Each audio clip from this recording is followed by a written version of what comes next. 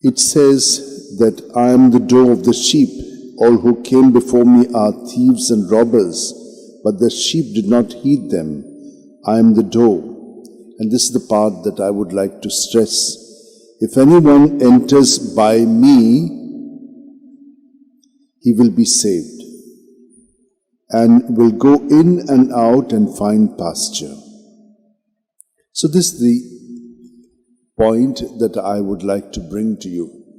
Anyone who enters by Jesus, Jesus is the door. Now look at us.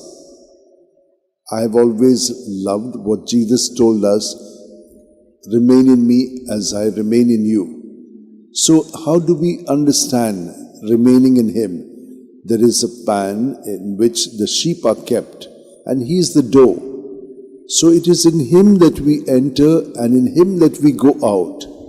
He keeps us safe there, and He goes before. He leads us from the front, and we follow Him. So this is one point I would like to stress with you, that at every breath He enters us and we enter Him. So we are entering into Him and finding security and pasture. So He keeps us safe and He also takes us to feed us. So He's taking care of us completely. He's a good shepherd. Now if you look at the first reading, there's something else which is said.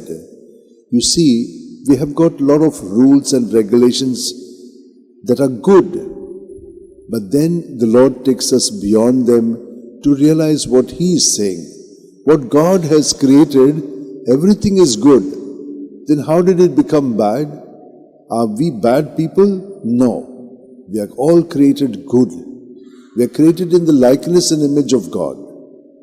So how do we conform to the likeness and image of God? Not by ourselves, but by being attuned to God. And where is God? He is right in us. So what happens is, in us we have the ego self, that is our self which we try to do without God, and the true self which is with God. What God wants us to be in Him, that's the true self. And therefore there is always a tension with us, who to be.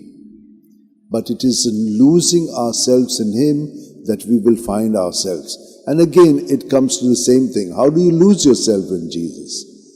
You surrender your thoughts, your words, your deeds, all that is happening. When you encounter people, that is the time you know who the other person is and who you are. How? By being present in Jesus to what they are saying and what they are doing. And that is how you will find it easy to discern where they are coming from. Are they coming from themselves or are they coming from God? And you will experience that peace. So this is how we go about. And look at what Peter is saying. See, when I saw this vision in the trance, I did not give in to it. I said, Lord, I have never taken anything evil into me. And He says, no, what God has done is all beautiful and good for eating. And at that time, there is another thing that happens. They come who are from Joppa and they have had a vision. They say, Peter has got the words for you. He will give you the wisdom for life. And they come there just after this vision and he goes to them. And when he talks to them, they receive the Holy Spirit, the outpouring of the Holy Spirit. Now these people are not circumcised. They are not following the rules of the Jews. And so there was a big problem there. So they questioned Peter. And so Peter told them, see, I myself follow all that you all are saying, but God has taken me a step ahead. I saw that they had received the Holy Spirit without being circumcised. So God can give us the gift. Why? Because all of us are children of God. And therefore, my dear sisters and brothers, let us be attuned to God and His Spirit who leads us every time.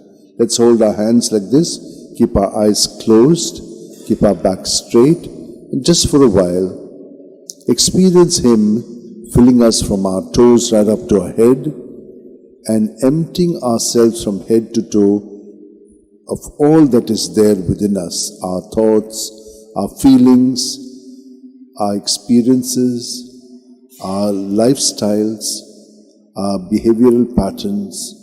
Keep surrendering them all to Him. And when you do, internally you are free, and that is where Jesus leads us. And we have to follow Him because He is the Good Shepherd. He lays down His life for us so that we can follow Him. Lord, we thank You. And we pray now for all our intentions as well as for the exposition and the Jubilee year. Lord God, our loving Father, in the history of salvation You call, form and send the human person. We lift our hearts in thanksgiving to You for the divine call and mission of St. Francis Xavier. Fixing his gaze on the cross of Your Son, he underwent a change of heart. Leaving aside worldly honor and with missionary zeal, he became an ardent messenger of the good news. As we prepare ourselves for the solemn exposition of his relics and for the Jubilee year 2025, we implore You to strengthen our communion by the power of the cross.